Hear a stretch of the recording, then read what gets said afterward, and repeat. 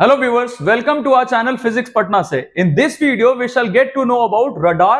Radar exactly क्या है, हम ये किस मीडियम में परफॉर्म करते हैं, इसके लिए कौन सा वेव यूज करते हैं, ये सारा चीज हम इसमें डिस्कस करेंगे और वही वेव क्यों यूज करते हैं ना. तो it is quite interesting to know about these things. आइए स्टार्ट करते हैं. सबसे पहला चीज कि रडार होता क्या है.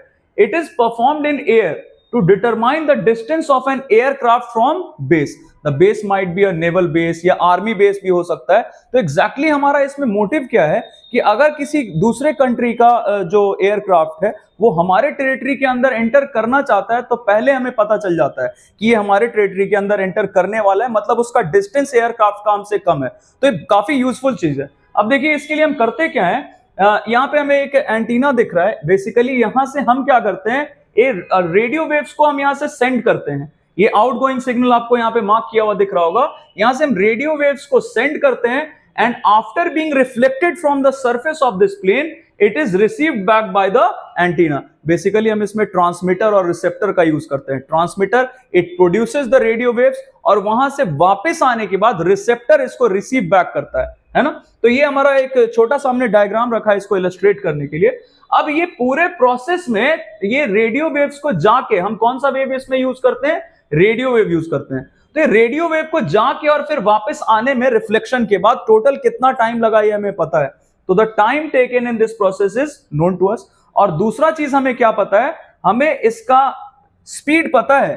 रेडियो वेव का स्पीड हमें पता है, that is 3 into 10 to the power 8 metre पर second. Radio wave is an electromagnetic wave जो हमें सनलाइट से भी मिल सकता है ना. ये इसके लिए हमने ट्रांसमीटर रखा है प्रोड्यूस करने के लिए. वैसे सनलाइट से हमें radio wave, microwave, infrared, ultraviolet सारा कुछ मिलता है, आपको पता होगा. तो स्पीड पता है हमें और टाइम टेकन पता चल गया. अब देखिए हम क्या कर सकते हैं. हमें पता है कि स्पीड क्या होता है, it is the total distance travelled per unit time. तो टोटल डिस्टेंस कितना ट्रेवल करना पड़ा है रेडियो वेव को, डी जाना पड़ा है. सपोज दैट ये डी गया और फिर रिफ्लेक्शन के बाद आना भी कितना है, डी. तो the total distance is 2d. तो स्पीड क्या होता है, डिस्टेंस बाय टाइम. तो we know two things, speed पता है रेडियो वेव्स का और टाइम पता है इस पूरे प्रोसेस में. तो हम यहां से डी का वैल्यू फाइंड कर सकते हैं. तो it is quite simple to know कि रडार क्या है, कैसे कर सकते हैं हमें. दूसरा सवाल हमारे दिमाग में आता है कि सोनार में हमने अल्ट्रासोनिक साउंड वेव्स यूज किया था, तो इसमें रडार में हम रेडियो वेव्स क्यों यूज कर रहे हैं.